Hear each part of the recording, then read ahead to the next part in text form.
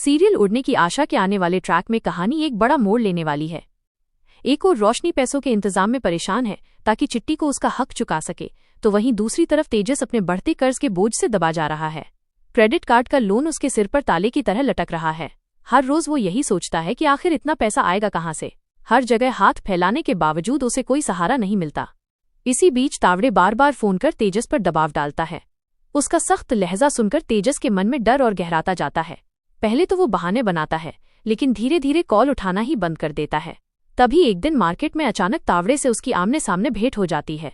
तावड़े गुस्से में चेतावनी देता है कि अगर जल्द पैसे नहीं लौटाए गए तो हालात और बिगड़ जाएंगे।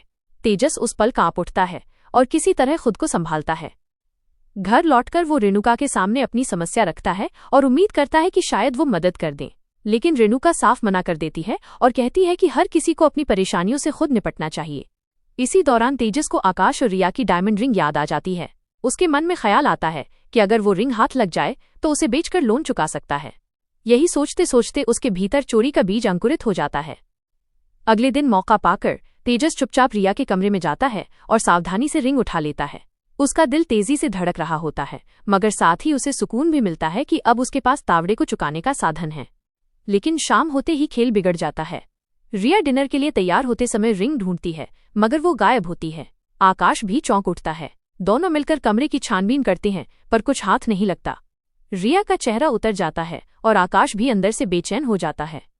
उधर तेजस बाहर से सामान्य दिखने की कोशिश करता है, लेकिन अंदर से डरता है कि कहीं सच बाहर ना आ जाए। आने वाले ट्रैक में ये देखना दिलचस्प होगा कि क्या रिया अपनी चोरी हुई रिंग की सच्चाई तक पहुंच पाएगी, क्या आकाश को तेजस पर शक होगा, और सबसे अहम, क्या तेजस का ये रहस्य पूरे परिवार के सामने फूट पड़ेगा। इधर दूसरी कहानी में रेणुका की घर वापसी होती है, लेकिन उनका गुस्सा और सख्ती बरकरार रहती है। सचिन और साइली अपने रिश्ते सुधारने की कोशिश करते हैं, मगर रेणुका उन्हें आसानी से माफ करने के मूड में नहीं है। सचिन अपनी मां को मनाने के लिए परेश का नाम लेता है और कहता है कि वो गांव जाकर नई जिंदगी शुरू करना चाहता है।